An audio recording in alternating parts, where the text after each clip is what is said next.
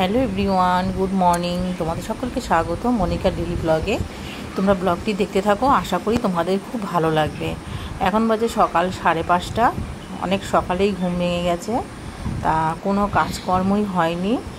সকালবেলায় ঘুম থেকে উঠে গেটের তালা খুলে, আর বৃষ্টি তো সারাদিন সকাল থেকে হয়ে যাচ্ছে, 2-3 দিন ধরে বৃষ্টি হচ্ছে। তা এখানে দেখো আম পাড়ার জন্য একটা মই নিয়ে আসা হয়েছিল, সেটাও দেখো নিচে পড়ে আছে।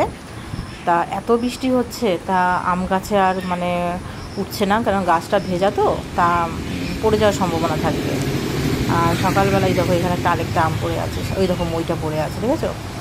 তা এরকম বৃষ্টি হলে না গাছে আমগুলো যেহেতু পেকে গেছে, পোকা হয়ে যাবে এবার। তা বৃষ্টিটা হয়ে আমার ভীষণ বড় ক্ষতি হয়ে গেল। আর একদিকে তো ভীষণ গরম পড়েছে, আরেকদিকে তো আরামদায়ক। আর গাছের আমগুলো সারা দিন রাত পড়ছে, কিছুটা পাড়া হয়েছিল, আর বাদবাকিটাই দেখো ভেবেছিলাম পারবো, মই আনা হয়েছে, কিন্তু বৃষ্টি নেমে গেল। আর সকালবেলায় তো তোমাদের দেখালাম গাছে অনেক ফুল ফুটে আছে। এখন তো পুজো দিতে পারছি না, তা গাছে অনেক ফুল রয়েছে।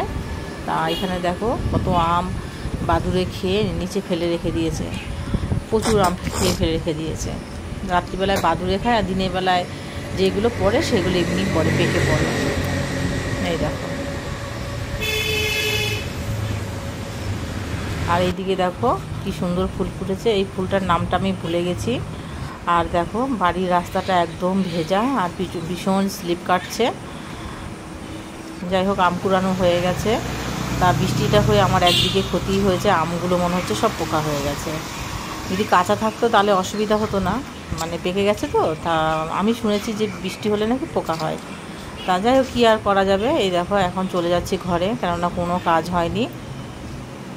আর যেই আমগুলো কুড়িয়েছি সেইগুলো তো কাদা লেগেছে বৃষ্টির জলে, তাই জন্য এখন এই আমগুলো সবার আগে ধুয়ে নেবো। এই দেখো বেসিনে কত বাসন পড়ে রয়েছে, কোনো কাজ করিনি, ঘর ঝাড় দিইনি।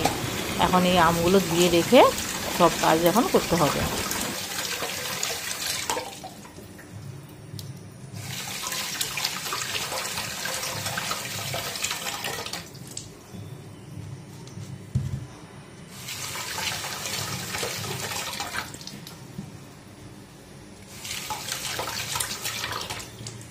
আমগুলো তো সব ধোয়া হয়ে গেছে, রেখে দিলাম নিচে, জলটা ঝরুক। আর এদিকে দেখো বাসনগুলো সব ধুয়ে নেবো। দেখছি ট্যাঙ্কিতে জল অল্প আছে, কেননা কল দিয়ে একদম অল্প জল পড়ছে। ভাবছি আগে জল তুলে নেবো, কেননা বৃষ্টি তো, কোন সময় কারেন্ট চলে যাবে, তাহলে অসুবিধা করবে। আর এখানে দেখো সমস্ত কাজকর্ম হয়ে গেছে। এখন চলে এসেছি রান্নাঘরে চা করতে। এখানে 2 কাপ চা বসিয়ে দিয়েছি। আর সকালবেলায় ঘুম থেকে উঠে চা না খেলে না ভীষণ ঘুম পায়, চাটা খেলে আর ঘুম পায় না, তখন শরীরটা একটু ফ্রেশ লাগে। এখানে দেখো চাটাও হয়ে গেছে, এখন চাটা নামিয়ে নেব। 1 কাপ হবে চিনি দিয়ে, আর 1 কাপ হবে চিনি ছাড়া। এখানে দেখো এই চাটা হচ্ছে চিনি ছাড়া, আর যেটা চিনি দিয়ে করবো সেটা একটু চিনি দিয়ে দিয়েছি বাটিতে, চায়ের বাটিতে। চলো এখন চাটা দিয়ে আসি। তারপরে রান্নাঘরে চলে এসেছি আবার চাটা খেয়ে রান্না করতে। এখানে দেখো মুগ ডাল বসিয়ে দিয়েছি। আর এখানে দেখো চাল ধোবো বলে কলটা ছেড়ে দিয়ে গেছিলাম, একদম হাঁড়ি ভর্তি জল হয়ে গেছে। চালটা ধুতে পারছিলাম না, তাই জলটা ফেলে দিলাম। আর চালটা এখন ধুয়ে কিছুক্ষণ ভিজিয়ে রাখবো, তারপরে 10-15 মিনিট বাদে ভাতটা বসিয়ে দেবো। এখন ধুয়ে কিছুক্ষণ রেখে দেবো।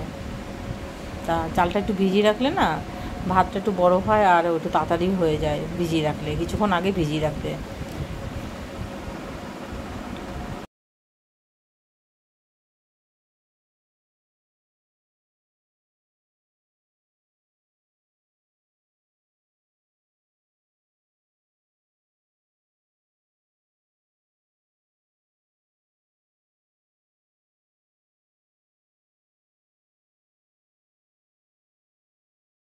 দেখো লাল শাকটা কেটে ভালো করে বেছে নিয়েছি, এখন ধুয়ে কুচাতে হবে। আর এখন আলু ভাজা কাটবো, আর দেখি সোয়াবিন তরকারি রান্না করবো। নিরামিষ তো, নিরামিষ কি রান্না করবো না ভেবে আর মাথা ঠিক থাকে না। বসিয়ে দিয়েছি, এখানে দেখো আলু ভাজবো, ডালের সাথে আলু ভাজা হবে। আর ওখানে লাল শাকটা এখন ধুয়ে নেবো।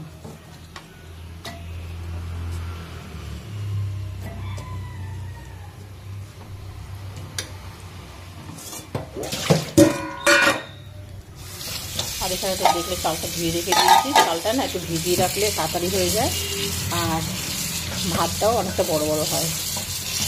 এখানে দেখো লাল শাকগুলো ভালো করে উঠিয়ে নিচ্ছি।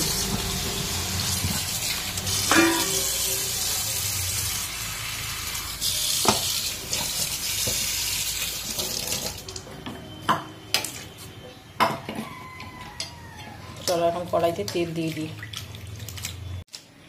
আর এখানে দেখো কতগুলো পাইপ পাঁপড় ভেজে নিচ্ছি। এই পাঁপড়গুলো না ছোটোবেলায় প্যাকেটে বিক্রি হতো, আমরা না এরকম আঙুলে ঢুকিয়ে তারপরে খেতাম। তা সেই পাঁপড়গুলোই নিয়ে এসেছি। আর এর আগে তো মাধুরী পাঁপড় নিয়ে আসতাম, তা এখন আমার ছেলে পাঁপড় খায় না, তাই এই পাঁপড়গুলো আমার ভালো লাগে বলে আমি আমার জন্য নিয়ে এসেছি। তাই কতগুলো এখন ভেজে নিচ্ছি। আর এখানে দেখো পাঁপড় ভাজা হয়ে গেছে, আলুগুলো ভেজে নিচ্ছি।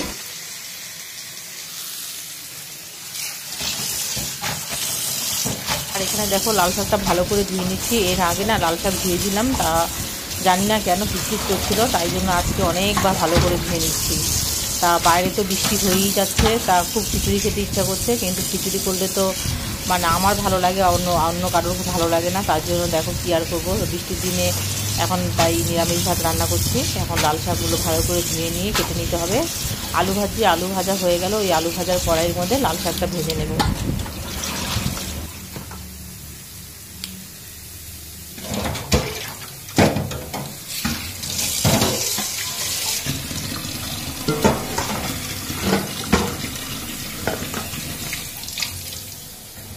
এখন আলু ভাজছি।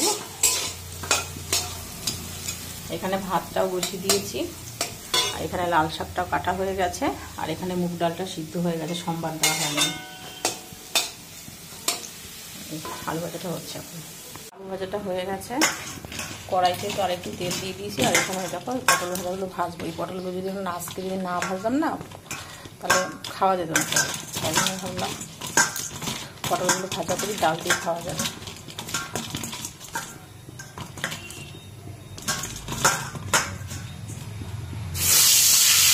আর এই পটল ভাজাটা হলে শাকটা বসে যাবে।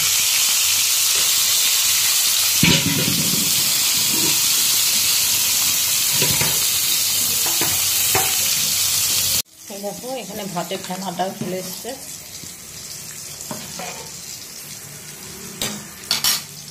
এখানে দেখো পটল ভাজাগুলো হয়ে গেছে।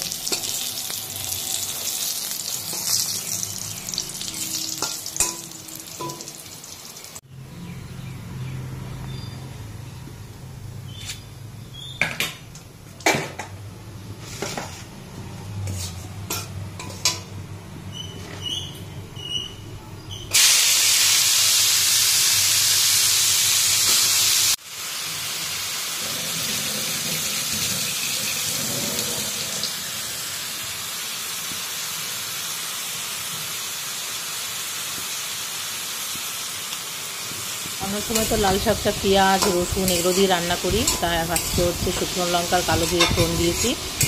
তা শাকটা আর কি অন্যরকম লাগে খেতে, তা কি করব, তাই এইভাবেই রান্না করে খেতে হচ্ছে। এখন দেখো লাল শাকটা তাড়াতাড়ি করে রান্না করে নিই, কারণ অনেকটাই বেলা হয়ে গেছে। আর ওইদিকে তো গাছ থেকে ধপধপ করে আম পড়ছে, যে কটা আম পেয়েছি সে কটা আমি পোকা হয়ে গেছে। তা যাই হোক বৃষ্টিটা হয়ে একটুখানি আমার ক্ষতি হয়ে গেল। তা রান্না করতে করতে অনেকবার গিয়েছিলাম আম কুড়াতে, সেই আমগুলো আর ঘরে আনিনি, ফেলে দিয়ে এসেছি। আর এখানে দেখো লাল শাকটাও হয়ে গেছে, মুগ ডালটা এখন সোমবার দিয়ে দিয়েছি। এই দেখো প্রায় দিনই এখন ঘন ঘন মুগ ডাল করা হচ্ছে, কারণ মুগ ডাল ছাড়া আমার ছেলে অন্য কোনো ডাল খায় না। এখানে লাল শাক হয়ে গেছে, এখানে আলু সয়াবিন দিয়ে তরকারি রান্না করব। এই দেখো ডালটা রান্না করা হয়ে গেছে, নামিয়ে নিয়েছি। এখন এই যে আলু আর সয়াবিন তরকারি রান্না করবো বলে মশলাটা ভালো করে কষিয়ে সবার খাওয়া দাওয়া হয়ে গেছে। আর এদিকে দেখো বাসনে সন্ধ্যাবেলায় চা করতে আসবো যখন তখন নিয়ে নেবো। আর এখন দেখো 3-4টে আম কেটে নিচ্ছি। এইগুলো ছোটো ছোটো আম, এই দেখো, কারণ নিরামিষ খেতে হয় তো, তাই বেশি ভাত খাওয়া যায় না, তাই জন্য ভাবছি এখন এই আমগুলো কেটে এখন এই আমগুলো খাবো। যাই হোক আমগুলো কেটে নিই, তারপর আবার মাংস নেওয়া হচ্ছে। আমগুলো কেটে নিয়ে চলে এসেছি, 3টে নিয়েছিলাম, ভাবলাম খেতে পারবো না, তাই একটা রেখে এসেছি। আর এখানে 2টো আম কেটেছি, আর একটা ছোটো আমটা আছে। এই ছোটো আমগুলো খুব মিষ্টি। যদি ভিডিওটা ভালো লাগে তাহলে সাবস্ক্রাইব করে দিও। টাটা।